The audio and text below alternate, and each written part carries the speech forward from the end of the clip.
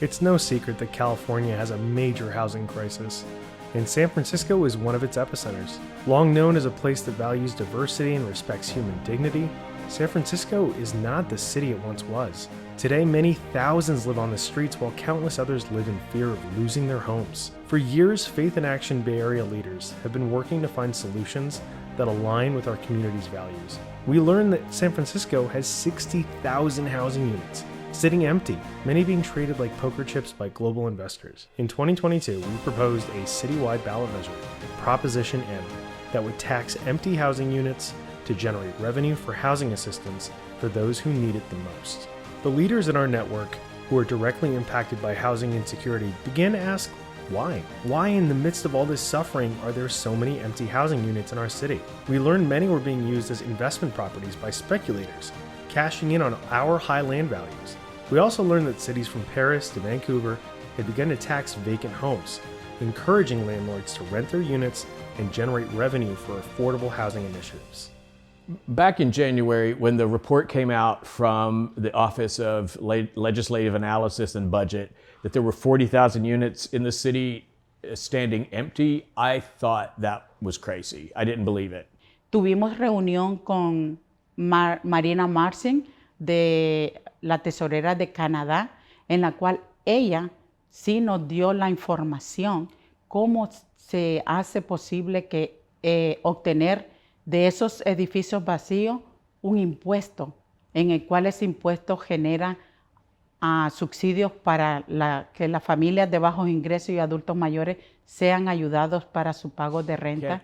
That's just beyond me, that people have enough money to own a building and let it stand empty. Inspired, mobilized, and activated, we met with San Francisco city leaders until we found one who shared our values. Together, we worked to write a ballot measure to tax empty apartments and use that revenue for housing acquisition and direct housing assistance to low-income seniors and families. We got 14,000 signatures to qualify for the ballot and then ran a 6-month strategic campaign leading up to the election.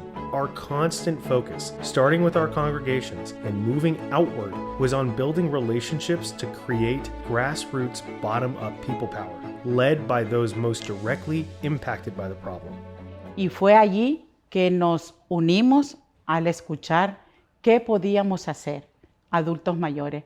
Luego esos adultos mayores llevaron la voz, ¿verdad?, a invitación a otros más, y en la semana siguiente fueron 60. Después en la semana siguiente fueron 80 y así fuimos creciendo.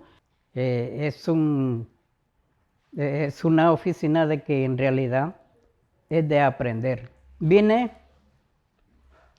y conté mi historia.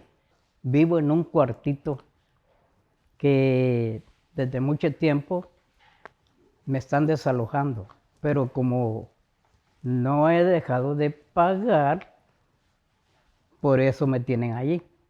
Si yo fallo en ese pago, fuera. Aquí ya tengo mucho tiempo de estar trabajando, siempre trabajando. Y hasta hoy no he podido ni tener vacaciones. A esta edad, 75 años, siempre sigo trabajando. Si la medida me pasa, qué lindo fuera. Eso sería lo magnífico para todas las personas de bajos ingresos. Years of work, research actions, one-to-ones, good old-fashioned community organizing led to this. 3 weeks before Election Day, we held a rally on the steps of City Hall to celebrate the fact that we had contacted tens of thousands of San Francisco voters through congregational outreach, door knocking, and phone banking. We had finally successfully framed the fight for Proposition M as a moral choice facing our city. As community leaders with Faith in Action, we bring these stories to the public sphere with a sense of urgency based on our faith and based on our moral values. Prop M, the moral choice. Es nuestro deseo y visión que la vivienda sea reconocida como un derecho y no como un privilegio. Soy una madre inmigrante y durante la pandemia fui desalojada 2 veces, hasta terminar en la calle. Ahora estoy en un hotel en la cual sigo viviendo. Las condiciones de este hotel son muy malas. Estamos infestados de cucarachas. El techo del baño por segunda ocasión se está cayendo.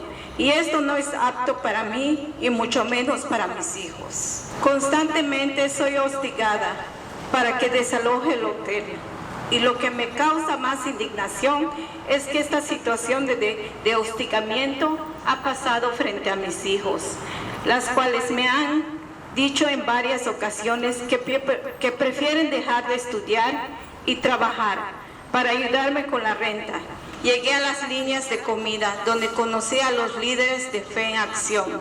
Empecé a asistir a las reuniones donde vi mi situación de problema como una oportunidad para mejorar no solo mi situación, sino de cientos de familias que están pasando por lo mismo.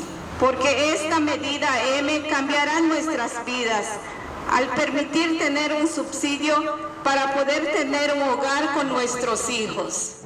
And on Election Day in 2022, we offered San Francisco voters more than just empty apartments that could be turned into homes and housing assistance. We offered more than just good policy, common sense solutions. With Proposition M, through our faith-based community organizing, we offered hope. And despite the fact that the real estate industry spent over $1 million opposing it, the measure won handily, with nearly 55% of the vote. At this critical moment in history, the organizing tradition of Faith in Action Bay Area and Pico, California, offers us all a path to choosing hope, to choosing faith in a better future as we remake our communities into the places that we deserve, into the places that we want them to be. I came to San Francisco 22 years ago, a couple of years after I had tested positive for HIV, and I needed medical care that I knew was dependable. When I first came to a Faith in Action meeting, I felt like I had met my people. We are led by people who are closest to the pain, people who are closest to the suffering, people who have seen what's wrong with the system and know what the system needs. I believe that homes are made for people and people are meant for homes. And that's why I'm voting yes on M. Tengo de residir en San Francisco, California, 13 años. Verdaderamente, a principio no era lo que esperaba. Fue muy frustrante para mí porque mi madre pagaba casi todo su sueldo en la renta. Esto les traería una esperanza, una ilusión de tal vez cumplir su sueño, de que ellos pudieran estar aquí en un San Francisco que verdaderamente sea inclusivo, ¿verdad? Sí en AM y sí se puede.